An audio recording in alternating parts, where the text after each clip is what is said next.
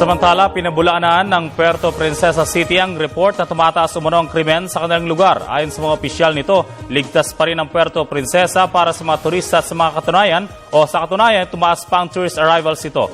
Si Alvin Baltazar sa detalye. Mismong si Puerto Princesa Mayor Lucilo Bayron ay nagpahayag ng pangamba patungkol sa lumulunod na may crime wave sa may tuturing na pinakapopular na tourist destination sa bansa.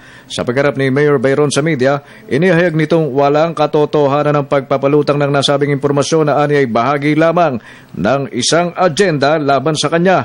Paniniwala ng alkalde, parte ito at karugtong ng petition for recall na inihain sa kanya ng mga dating nakaupo sa Puerto Princesa.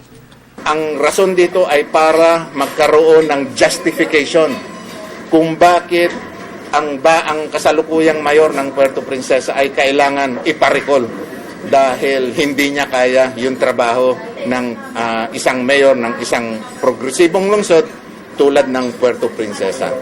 Ayon sa alkalde, buong syudad at ang turismo nito ang posibleng tamaan ng nasabing masamang publisidad.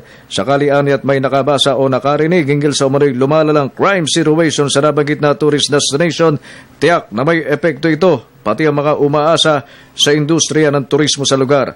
Bago anya, nagsilabasa ng ulat ng sinasabing crime wave, napakataas anya ang bilang ng mga turistang dumarayo sa kanila.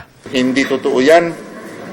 Makakaapekto yan sa turismo ng lungsod ng Puerto Princesa at kung pababayaan natin at tuluyan na ngang maapektuhan ang turismo, mawawala ng pagkain yung mga sa hapagkainan, yung mga maliliit na industry players tulad ng mga tour guide. Noong January 2014 as compared to January 2013, merong increase na almost 6,000 sa isang buwan.